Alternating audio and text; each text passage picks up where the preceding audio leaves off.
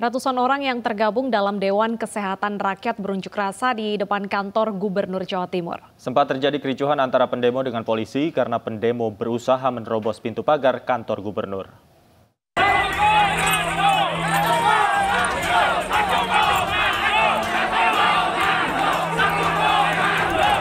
Massa yang geram karena tidak segera ditemui Gubernur Jawa Timur berusaha masuk dengan merobohkan pintu pagar kantor gubernur dan menerobos barikade polisi yang berjaga.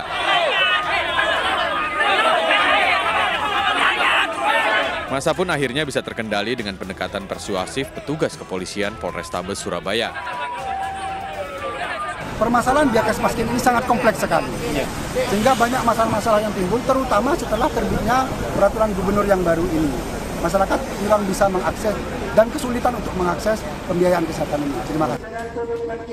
Massa yang tergabung dalam Dewan Kesehatan Rakyat yang berasal dari Bangkalan dan Sampang menuntut penghapusan peraturan gubernur nomor 16 tahun 2022 karena dirasa pergub tersebut sangat merugikan rakyat miskin yang tidak mempunyai jaminan kesehatan apapun. Dari Surabaya, Jawa Timur, Sony Hermawan, iNews melaporkan. Pemirsa, pembelian minyak goreng curah kini tak lagi dibatasi. Masyarakat dapat membeli minyak goreng curah hingga 10 liter per hari.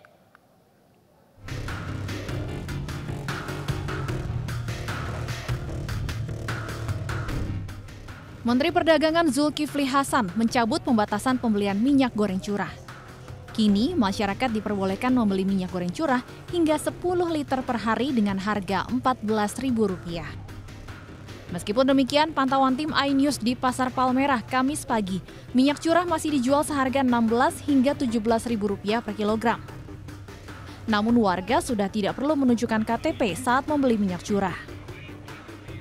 Harga per kilo Rp17.000. Itu udah normal lah ya Bang ya?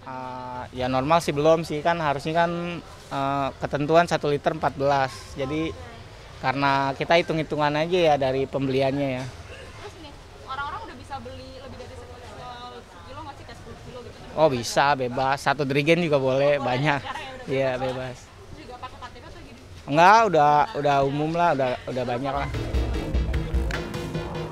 Per 22 Juni 2022, pembelian minyak curah tak lagi dibatasi. Menurut Mendak, hal itu perlu dilakukan untuk mendukung UMKM yang membutuhkan minyak goreng dalam proses produksi makanan. Dari Jakarta, Nasta Syafrina, Muhammad Koirudin, dan Indra Okta, iNews melaporkan. Ratusan warga menyerbu Basar telur murah yang digelar Dinas Pertanian Purbalingga, Jawa Tengah. Dalam waktu singkat, 200 kg telur ludes dibeli warga.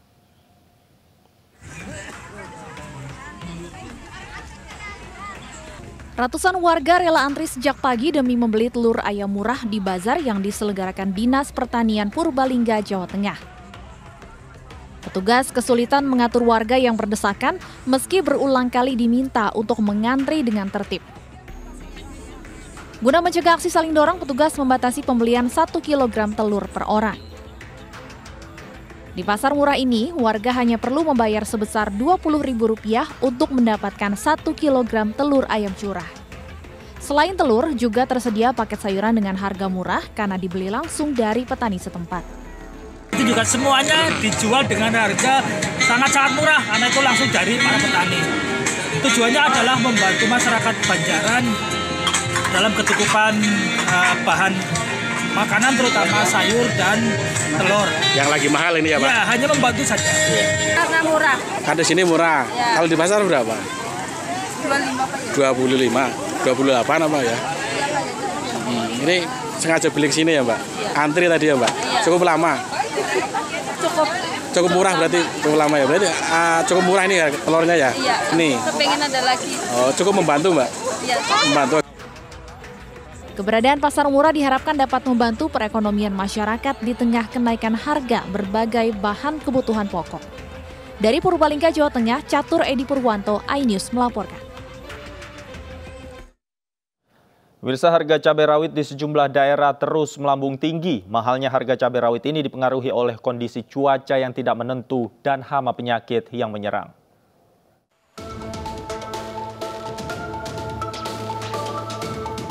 Marisan, petani cabai di Malang Timur mengaku sudah 30 tahun menjadi petani cabai rawit.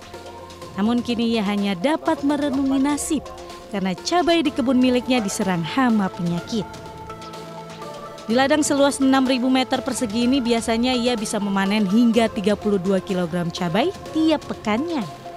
Namun dalam sebulan terakhir ini panen cabai di ladangnya menurun 30% dan ia hanya mampu memanen cabai maksimal 22 kg.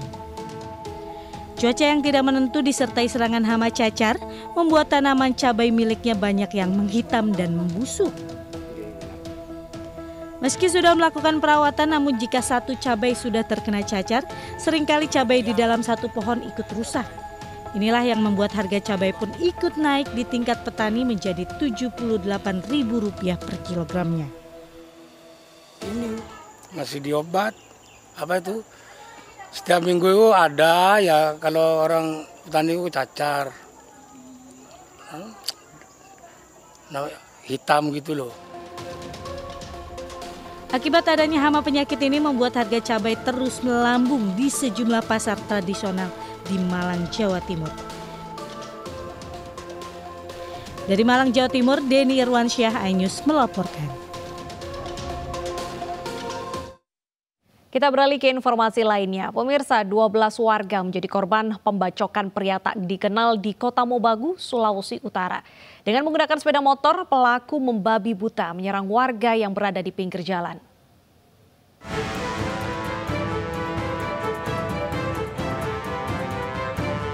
Inilah kondisi korban penyerangan membabi buta yang berada di Rumah Sakit Umum Kota Mobagu. Hampir sebagian besar korban mengalami luka bacokan di bagian tangan dan kepala. Peristiwa ini terjadi di beberapa ruas jalan Kota Mobagu. Pelaku menggunakan sepeda motor dan membawa senjata tajam serta menyerang warga yang berada di pinggir jalan. Akibat kejadian tersebut, 8 korban mengalami luka dan dalam penanganan medis oleh pihak RSUD Kota Mobagu. Korban kurang lebih 6-8 orang yang rumah sakit.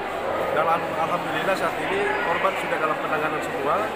Sementara tercatat 8 orang dan pelaku juga sementara dalam penanganan medis. Namun untuk lain-lainnya terkait dengan motif apa, kami masih dalam penanganan medis dari korban karena belum bisa tersangka karena kami belum bisa melakukan wawancara. Sementara itu pelaku juga mengalami sejumlah luka akibat mendapat perlawanan dari warga saat melancarkan aksinya. Hingga kini polisi masih mendalami motif pelaku melakukan penyerangan tersebut. Dari Kota Monahu, Sulawesi Utara, Riznan Labenjang, iNews melaporkan. Pemirsa, sejumlah video menjadi perbincangan di dunia maya hari ini. Di antaranya seorang pemuda menjadi bulan-bulanan segerombolan diduga geng motor di Jalan Merdeka Siantar Barat dan seorang bocah laki-laki bersepeda menabrak pagar sebuah rumah hingga ambruk. Semua informasinya kami hadirkan dalam Viral hari ini.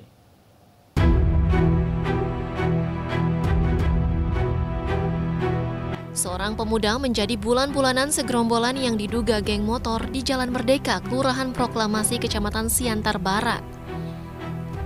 Dari rekaman CCTV yang diunggah akun terang_media, para pelaku menghadang sepeda motor korban dengan beberapa temannya.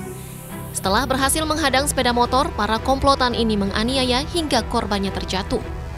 Setelah puas menganiaya korban, sekelompok pemuda meninggalkan korban serta membawa sepeda motor korban.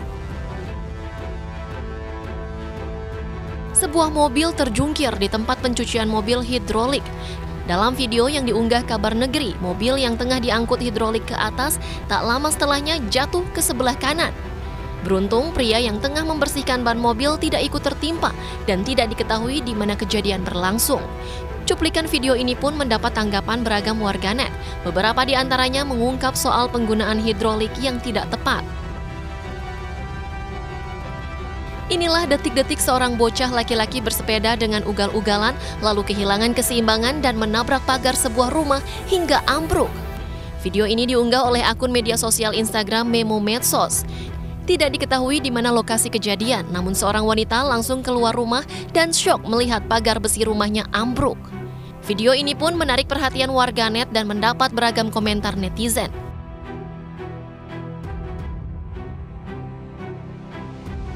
Seekor ular sanca ini meliuk menyeberangi ruas jalan tol Slipi, Jakarta Barat yang tengah padat. Kejadian ini menjadi perhatian pengendara yang melintas. Ular sanca ini terus merayap hingga akhirnya sampai ke pepohonan di sisi seberang jalan tol. Video viral ular meliuk menyeberangi jalan tol dibagikan akun Instagram fakta.jakarta.